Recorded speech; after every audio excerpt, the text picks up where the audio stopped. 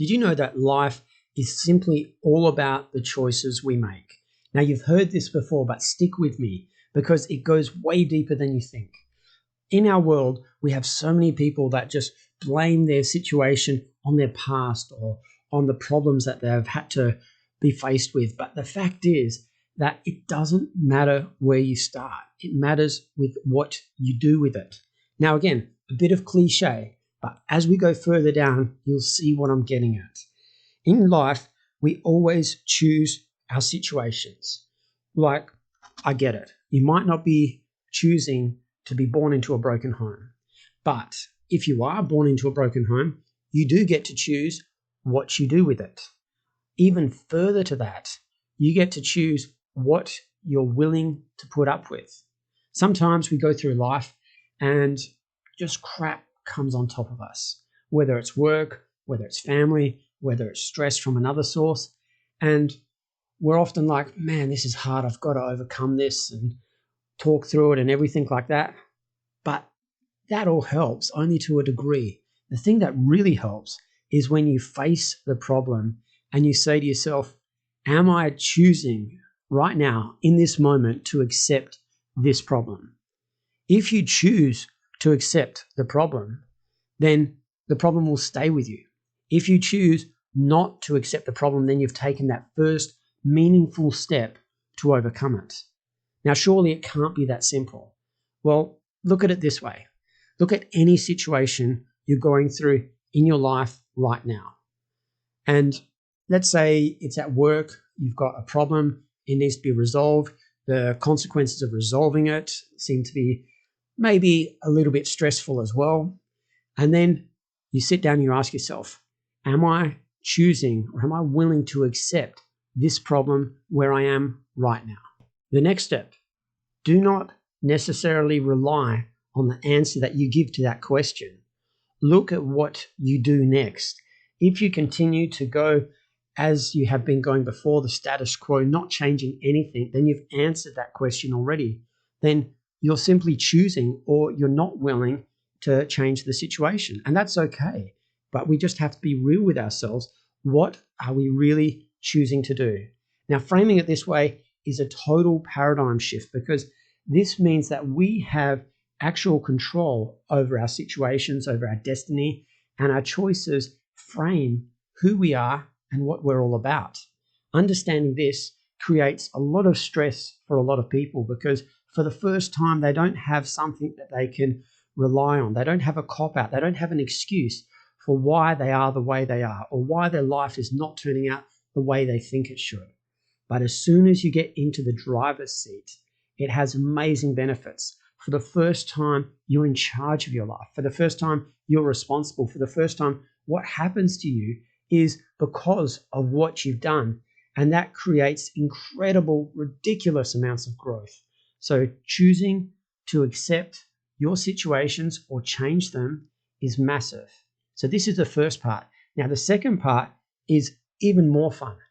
That is, are you choosing or willing or are you prepared to do what it takes in order to achieve that goal that you're looking at? So let's say, again, if we have a generic example, you're at work and there's a promotion on the table. Are you choosing? Are you prepared? Are you willing, ready, and able to actually pursue the steps it takes in order to get that step, whatever it is? If by your actions you're not actually doing it, then you've answered that question. And again, that's okay.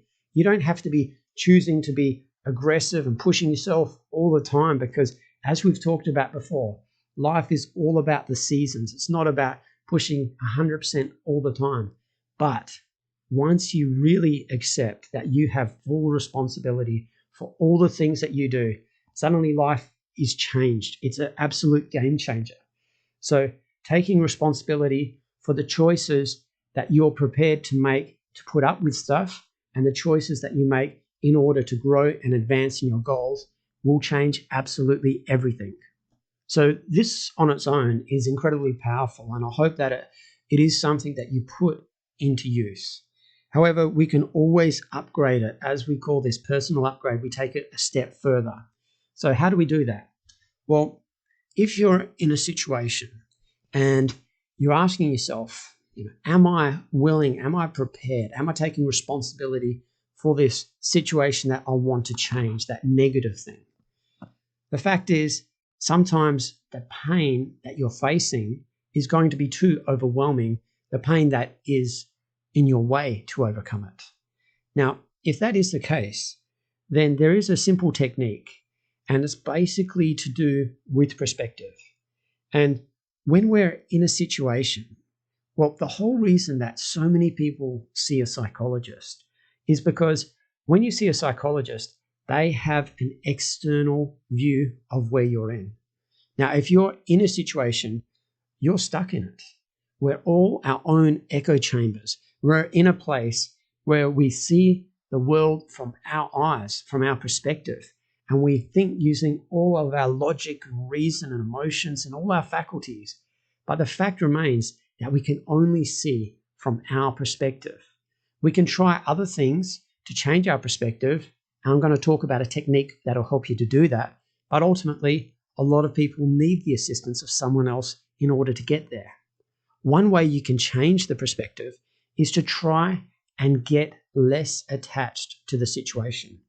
And one way you can do that is zooming out of the situation. Look at it in its totality. If you're in a situation, generic work just comes to mind.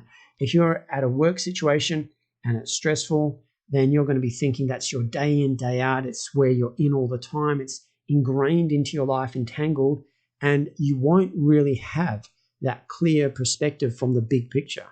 So if you just take a minute and you zoom out and you look at it from someone else's perspective, and then you look at it from a bird's eye view, that you can see all factors. There's no emotion attached to it. It's someone else's problem. You zoom out and you get a better perspective.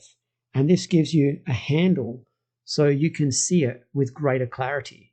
When you get to this position, then you can really decide whether or not you are willing or prepared to change that situation, whether you choose to put up with that situation or whether you choose to change it.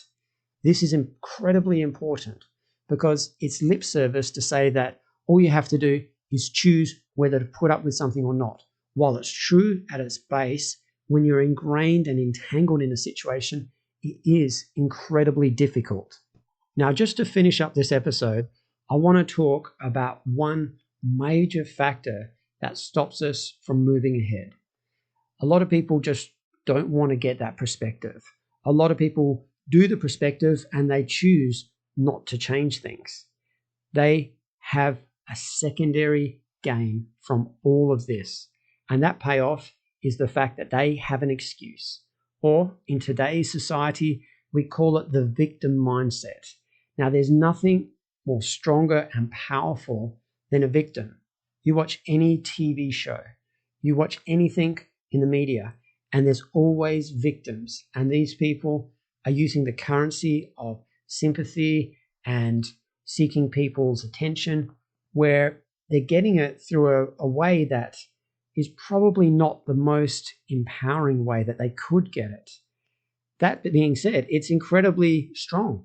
Most people can see a victim, and we have an automatic reflex within ourselves in order to sympathize or take the side of the victim. So from a psychological perspective, it's an incredibly powerful ploy, but that ploy comes at a cost. If you become a victim, if you're a victim of your circumstance or situation, then suddenly everything changes. Let's say that at school you were bullied. Were you bullied at school? Or were there a group of real mean, idiotic kids who used to do stupid things? That mindset switch changes everything. If you look at your life and you say, well, I'm the way I am because, when I was at school, I was picked on, and then I got my first job and my boss was really mean, and then this happened and that happened. Forget it. Stop it right now. Change all the words that you're saying right away. When you went to school, you were with a group of idiots who used to only feel good about themselves by making other people feel bad. And so these degenerates had a go at you. You weren't a bullied victim, you were simply in a situation where there were these idiots. It changes everything. When you were at work, you were with this employer and they were incredibly toxic. That's your situation. Not that you've got a bullied nature because you're bullied at school, you're bullied at work, and life's awful and it always happens to you, and you've got this background story. It applies to everything. If you come from poverty, that's even more stronger in the victim mindset because you can say, well, I didn't have the same opportunities as anyone else.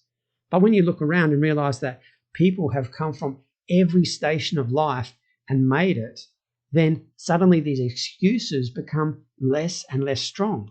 This in turn often creates a sense of anger because there's no longer a reason that they can fall back on. There's no excuse where they can say, hey, I've been through so much, you would not believe it. And that's why I am the way that I am.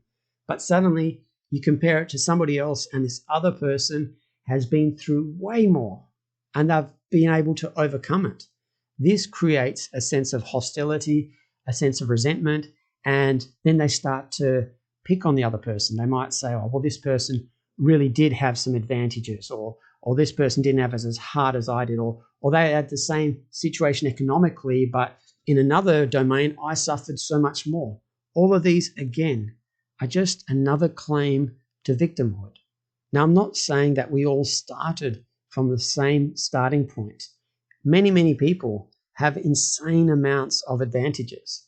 And I've talked a little bit about my story in past episodes. So objectively speaking, I've got loads of excuses. But one thing that I've never, ever done is said that, well, I am the way that I am because of all of these challenges, all of these problems. And all of those, trust me, cross multiple domains. The worst in so many areas you would not believe. So I just want to leave you with that you choose to be in the situation that you're in. You choose in order to step forward and take those steps in order to reach those goals. You also choose whether to take a big picture perspective in order to see things with greater clarity so that you've got the strength to see things rightly and be able to choose to change them. And finally, when you decide that, hey, this is really true and I do take real responsibility for everything in my life, then suddenly you've lost that excuse. That's the downside. That's the worst part about this episode. If somebody hears this and they take it on, I'm sorry, you've just lost your victim status.